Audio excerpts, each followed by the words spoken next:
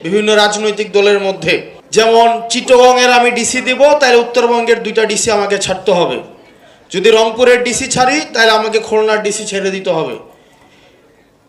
আমরা এই অন্তর্বর্তীকালীন সরকারকে বলতে চাই, আপনি যদি এই দর্শকের ভূমিকা পালন করেন, আমরা এখানে আপনাকে এনেছি ন্যায্যতা নিশ্চিত করার জন্য, কিন্তু আমরা দেখছি আপনি রাজনৈতিক দলগুলোর কাছে, কতিপয় রাজনৈতিক দলগুলোর কাছে আপনি নতজানু হয়ে তাদেরকে ডিসি ভাগাভাগিতে আপনি আরো সহায়তা করছেন।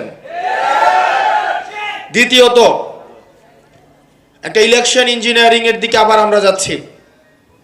আমরা 24, 18 এবং 14 এর যে বিতর্কিত নির্বাচন, আমরা চাই না এই বিতর্কিত নির্বাচনের পুনরাবৃত্তি ঘটুক, কিন্তু আমরা দেখতে পাচ্ছি যেভাবে নির্বাচন প্রক্রিয়া চলছে, সেই নির্বাচন প্রক্রিয়ায় আরেকটি প্রি ইঞ্জিনিয়ার্ড একটি ইলেকশন আবার জাতি উপহার পাবে।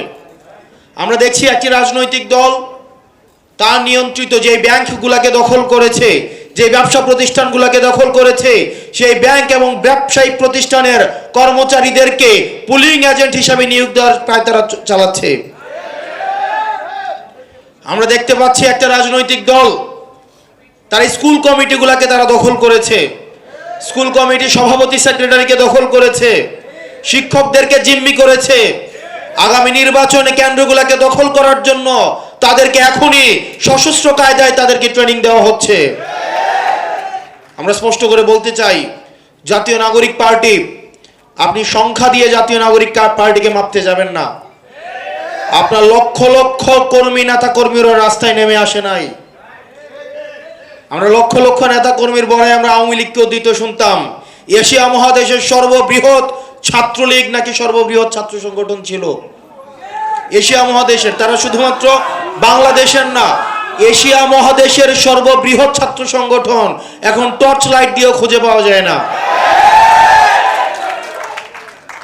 এক জায়গায় বলে জয়, আবার 2 মাইল দূরে গিয়ে বলে বাংলা।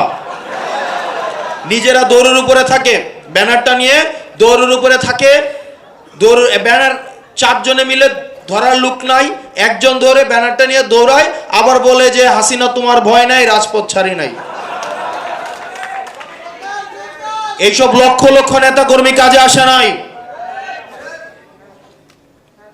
10 জন মানুষ থাকলেই, প্রয়োজনের ন্যায্যতার কাছে একজন মানুষ থাকলেই, যখন একজন ঘুরে দাঁড়ায় তখন সারা বাংলাদেশ তাকে সমর্থন দেয়।